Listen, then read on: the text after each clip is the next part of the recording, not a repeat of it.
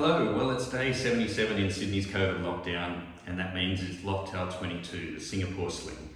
Well, today's my brother Lyle's 50th birthday, and I'm making him this rather complicated Singapore Sling that dates back to the early 1900s from the Raffles Hotel in Singapore.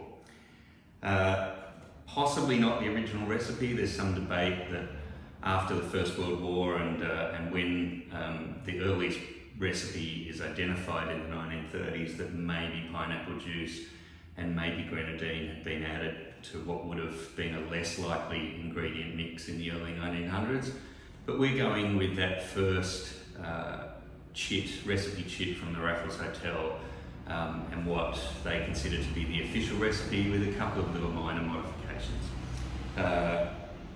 One of them being a little bit of a reduction in the amount of pineapple juice, which I don't want this to be a pineapple heavy cocktail, and I think a lot of modern interpretations of the Singapore Sling have gone down the same road, which is make this a little bit more balanced, keep plenty of pineapple juice in it, but don't make it heavy. So let's get started. There's quite a little bit to get through.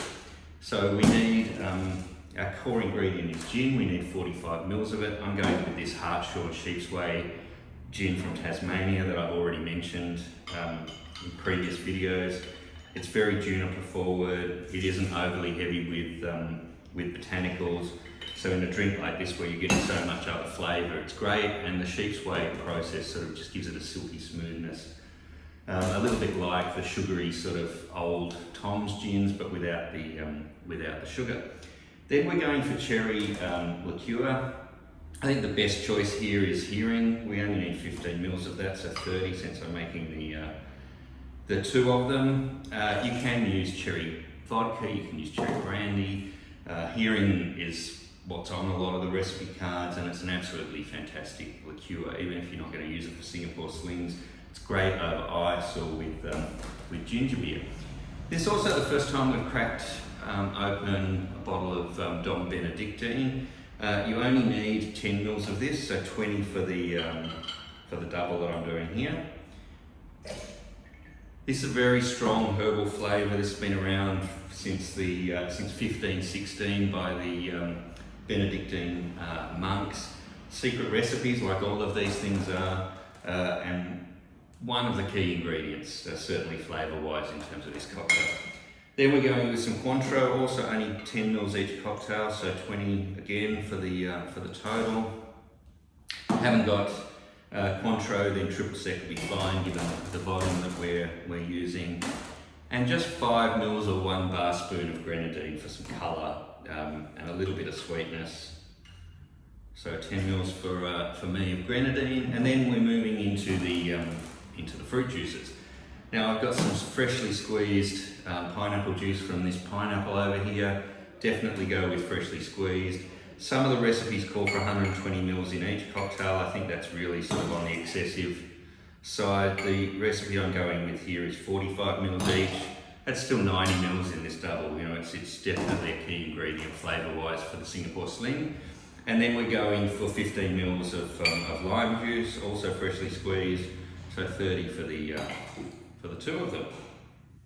And there you have it. But I'm also going to add just a little bit of rhubarb bitters. We've used this in one of the earlier cocktails, just 2 dashes per cocktail. This adds a little bit of extra sweetness, flavour, and broadens out the sort of fruit range, if you like, of the cocktail, and it just adds a little bit of bitterness into the cocktail to sort of counterbalance it, and the Dom are sort of working on counterbalancing the sweetness of this cocktail.